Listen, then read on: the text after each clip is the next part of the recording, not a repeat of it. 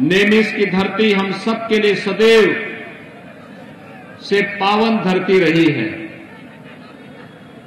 हजारों वर्ष पहले 88,000 ऋषि मुनियों ने भारत के वैदिक और पौराणिक परंपरा को लेकर के जो गोष्ठी यहां पर आयोजित की थी, आज भी उसकी प्रतिध्वनि पूरी दुनिया के अंदर सुनाई देती है। नेमिस की इस धरती को कोटि कोटि नमन करते हुए आप सभी सीतापुर जनपद की जनता जनार्दन का मैं हृदय से स्वागत करता हूं, अभिनंदन करता हूं। भाइयों बहनों, आज आचार्य नरेंद्र देव जी की पुण्यतिथि भी है। आचार्य नरेंद्र देव एक समाजवादी चिंतक थे, सही मायने में समाजवादी थे। उन्होंने अपने लिए नहीं हुए जीवन जिए थे, समाज और राष्ट्र के लिए उनका जीवन समर्पित था। मैं इस अवसर पर आचार्य नरेंद्र देव जी को विनम्र श्रद्धांजलि अर्पित करता हूं। भाइयों बहनों, आचार्य नरेंद्र देव जी की पावन जन्मभूमि यही अहमदाबाद है। जो लोग आज समाजवाद के नाम पर पूरे प्रदेश के अंदर जाकर के ढिंढोरा पीट रहे हैं, इन्होंने अगर आचार्य नरेंद्र देव, डॉक्टर राम मनोहर लोहिया जैसे समाजवादी चिंतकों से कुछ भी प्रेरणा ली होती तो आज के समाजवादी वास्तव में कुछ सुधरे हुए दिखाई देते। लेकिन जैसे इन्होंने तय कर दिया है कि ये सुधरेंगे नहीं, इन लोगों के नाम और काम में भारी अंतर है। नाम तो समाजवादी है, लेकिन काम आतंकवादी है, सोच परिवारवादी है। मैंने आतंकवादी इसलिए कहा, यद्यपि इसकी बहुरूपिया ब्रांड बन चुका है। ये दंगावादी भी है, तमंचावादी भी है, आतंकवादी भी है, परिवारवादी भी है। मैंने ये इसलिए कहा, कल गुजरात की अहमदाबाद की एक न्यायालय ने गुजरात के सीरियल बम ब्लास्ट में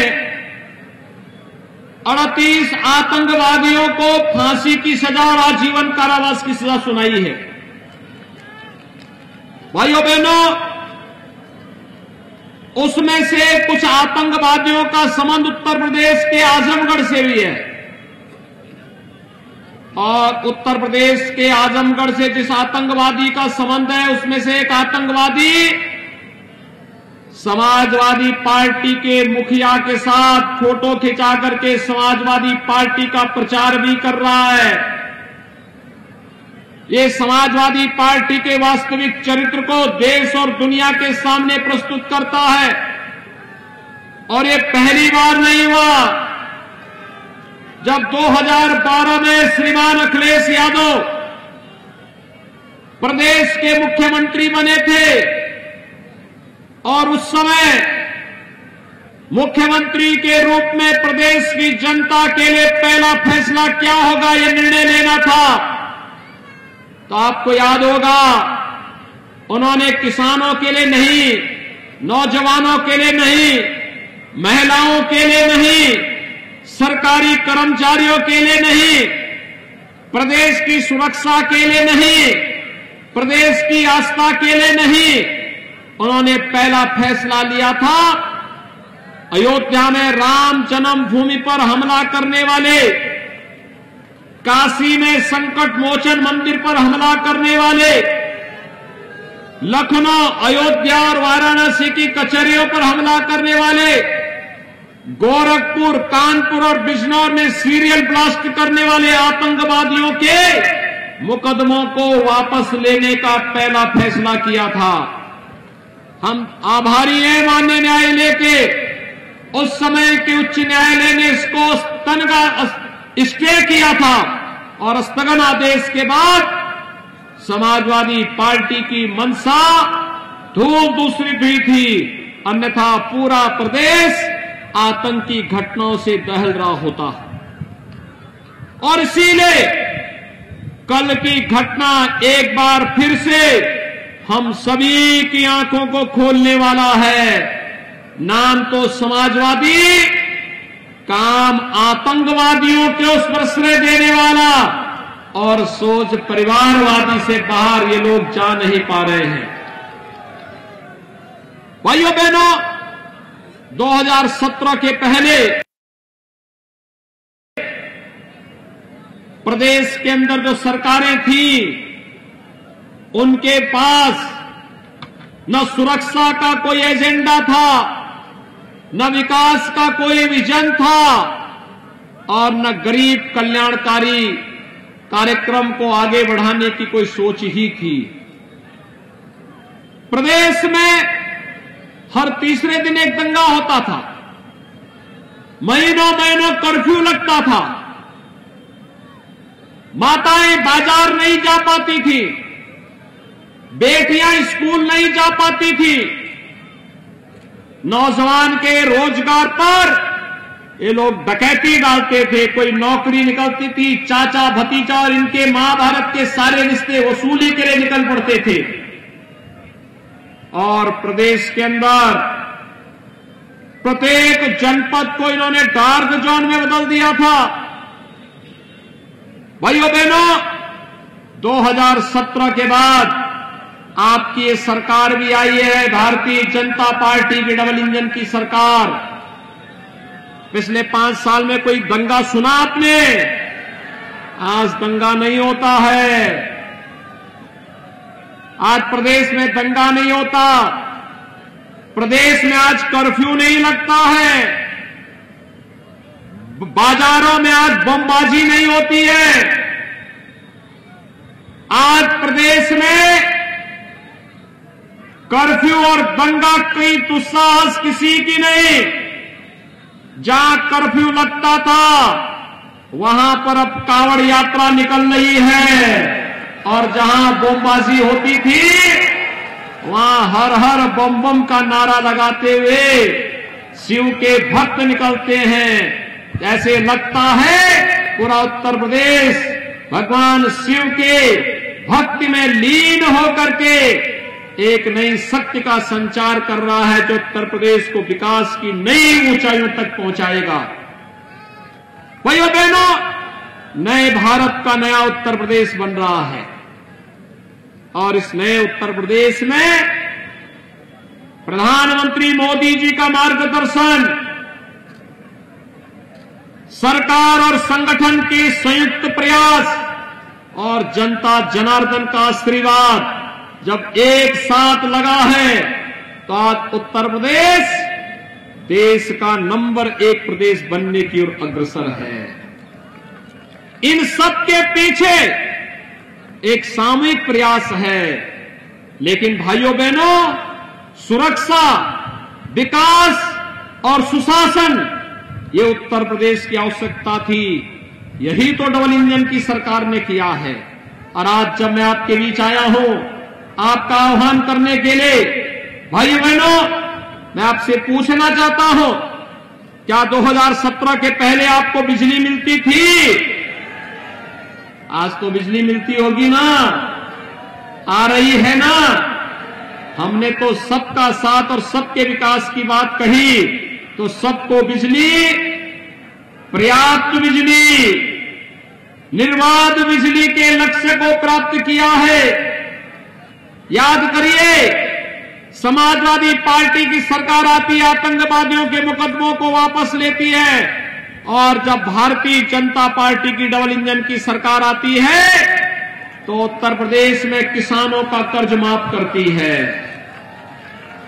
किसानों का कर्ज माफ होता है। और आज तो अगर मैं सीतापुर की बात करूं तो भाइयों बहनों, जनपद सीतापुर में अगर मैं इसकी चर्चा करूं तो अकेले सीतापुर जनपद में भारी संख्या में अन्नदाता किसानों का कर्ज माफी का कार्यक्रम संपन्न हुआ है और यहां पर लाखों किसानों को यहां पर प्रधानमंत्री किसान सम्मान निधि का लाभ भी प्राप्त हुआ है। भाइयों बहनों, आज उत्तर प्रदेश एक नई दिशा में आगे बढ़ा है। उत्तर प्रदेश के अंदर आज मैं आपको बता सकता हूं, एक और 12 से 17 तक 5 वर्ष तक समाजवादी पार्टी की सरकार जब कार्य कर रही थी, 18,000 गरीबों को भी मकान नहीं दे पाई थी। भाइयों बहनों, भारतीय जनता पार्टी की डबल इंजन की सरकार जब आई तो भाइयों बहनों 43,50,000 गरीबों को एक एक आवास दिया गया और 43,50,000 से अधिक गरीबों को जो आवास मिले हैं, अकेले सीतापुर जनपद में 2,30,000 से अधिक गरीबों को एक एक आवास मिला है। 2,30,000 से अधिक गरीबों को। भाइयों बहनों, 5,40,600 से अधिक गरीबों को एक एक शौचालय देने का काम किया गया। और यही नहीं, अगर मैं वृद्धावस्था पेंशन, विधवा पेंशन, दिव्यांग जन पेंशन की बात करूं तो अकेले प्रदेश के अंदर 1 करोड़ परिवारों को इन योजनाओं का लाभ प्राप्त हुआ है, जिसमें 12,000 रुपए सालाना पेंशन की सुविधा ने उपलब्ध कराया जा रहा है। और आपके सीतापुर जनपद में दिव्यांग जन पेंशन पाने वाले 71,300 से अधिक, विधवा पेंशन प्राप्त करने वाले लाभार्थी 34,000 से अधिक और वृद्धावस्था पेंशन का लाभ प्राप्त करने वाले लाभार्थी 68,700 से अधिक अकेले सीतापुर जनपद में हैं। विद्युत की निःशुल्क कनेक्शन का लाभ अकेले आपके सीतापुर जनपद में 2 लाख परिवारों को निःशुल्क विद्युत का कनेक्शन भी डबल इंजन की सरकार ने दिया है। भाइयों बहनों, मैं पूछना चाहता हूं, आज जो लाभ भारतीय जनता पार्टी की डबल इंजन की सरकार आपको मकान के रूप में, राशन के रूप में, बिजली के रूप में, वैक्सीन के रूप में, विकास के रूप में दे रही है, आखिर ये लाभ 2017 के पहले क्यों नहीं मिल रहा था?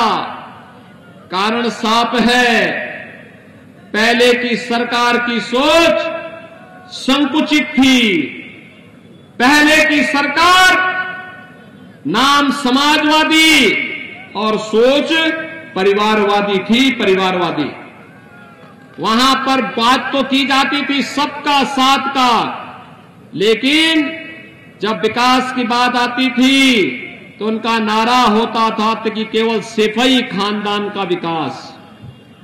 भाइयों बहनों, भारतीय जनता पार्टी ने जब सबका साथ और सबके विकास की बात कही तो सबका साथ और सबके विकास का मतलब प्रदेश के 25 करोड़ लोगों के विकास की बात।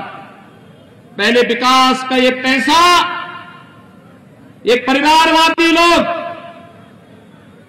इनकी संकुचित दायरे की सोच और इनके इत्र वाले मित्र के घर में चली जाती थी। आज भाइयों बहनों, इत्र वाले मित्र से पैसा निकल करके हम लोग गरीबों के घर तक पहुंचा रहे हैं। गरीब को मकान दे रहे हैं, गरीब को राशन दे रहे हैं, हर नागरिक को सुरक्षा दे रहे हैं। कोरोना कालखंड में आपने देखा होगा कि सरकार ने फ्री में टेस्ट, फ्री में उपचार, फ्री में वैक्सीन, सबको वैक्सीन देने का कार्य किया। आपने यहां पर महमदाबाद में कितने लोगों ने वैक्सीन ले ली है? कितने लोगों ने वैक्सीन ली है? आपको मैं धन्यवाद देता हूं, आपने वैक्सीन लिया है।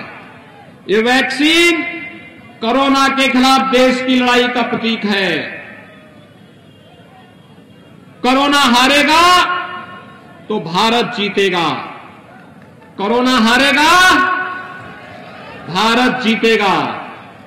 और जो लोग कोरोना के समय वैक्सीन के खिलाफ दुष्प्रचार करते थे, कहते थे वैक्सीन नहीं लेंगे क्योंकि ये भाजपा का वैक्सीन है, ये मोदी वैक्सीन है, आज उनको करारा जवाब दिए जाने की आवश्यकता है कि कोरोना की थर्ड वेव कब आई, कब चली गई, कोई पता नहीं, क्योंकि हर व्यक्ति ने वैक्सीन ले लिया था, टीका ले लिया था। टीका का ये प्रभाव है कि आज हर व्यक्ति की जान बची है। जो लोग जान के साथ खिलवाड़ कर रहे थे, भाइयों बहनों, आज उनको बताइए कि अगर मोदी वैक्सीन के कारण जान बची है, भाजपा वैक्सीन के कारण जान बची है, तो वोट भी भारतीय जनता पार्टी के ही चुनाव चिन्ह पर हम लोग देंगे। ये जवाब उनको दे जाने की आवश्यकता है। भाइयों बहनों, सरकार ने संकल्प लिया है, भारतीय जनता पार्टी की डबल इंजन की सरकार प्रदेश के अंदर सुरक्षा, प्रत्येक नागरिक के जीवन में खुशहाली, प्रत्येक प्रदेश के बिना भेदभाव के प्रत्येक जनपद में विकास की योजना को लेकर के प्रभावी ढंग से आगे बढ़ेगी। और आज उसी अभियान को आगे बढ़ाने के लिए मैं मोहम्मदाबाद में आपके बीच आया हूं, आप सबसे अपील करने के लिए कि भारतीय जनता पार्टी ने श्रीमती आशा मौर्य जी को अपने प्रत्याशी के रूप में महमूदाबाद विधानसभा सीट पर पुनः अपना प्रत्याशी बनाया है। विश्वा से श्री निर्मल वर्मा को अपना प्रत्याशी बनाया है और सिधौली से श्री मनीष रावत भारतीय जनता पार्टी के प्रत्याशी के रूप में आपके बीच में यहां पर उपस्थित हुए हैं। भाइयों बहनों, मेरी आप सबसे अपील है, भारतीय जनता पार्टी के सभी प्रत्याशी जनता जनार्दन की सेवा के लिए अपना पूरा समय देंगे। और इसके लिए आवश्यक है, अगर आप चाहते हैं प्रदेश दंगा मुक्त रहे, भय मुक्त रहे, कर्फ्यू मुक्त रहे, विकास की योजनाएं जिस तेजी के साथ पिछले 5 वर्षों के अंदर बिना भेदभाव के गांव, गरीब, किसान, नौजवान, महिलाएं और समाज के प्रत्येक व्यक्ति तक पहुंची हैं, ये योजनाएं इसी प्रकार से चलती रहे। इसके लिए आवश्यक है प्रदेश के अंदर एक मजबूत सरकार की और डबल इंजन की ही सरकार हो सकती है, जो आपको सुरक्षा और विकास के मुद्दे पर आगे बढ़ाने का कार्य कर सकती है। लेकिन मजबूत सरकार के लिए महमूदाबाद, सिधौली और विश्वा से भारतीय जनता पार्टी के प्रत्याशियों का विजयी होना आवश्यक है। क्या आप सभी सहमत हैं? सभी लोग सहमत हैं? भारतीय जनता पार्टी के प्रत्याशियों को विजयी बनाएंगे। दोनों हाथ ला करके सड़क के उस पार के लोग भी मुझे बताएं, तीनों प्रत्याशी आ जाए भैया। जनता का अभिवादन करें और आपसे जनता जनार्दन से मैं अपील करूंगा कि हमारे तीनों प्रत्याशियों को अपना आशीर्वाद दें। दोनों हाथ ला करके मेरे साथ बोलेंगे, भारत माता की, भारत माता की।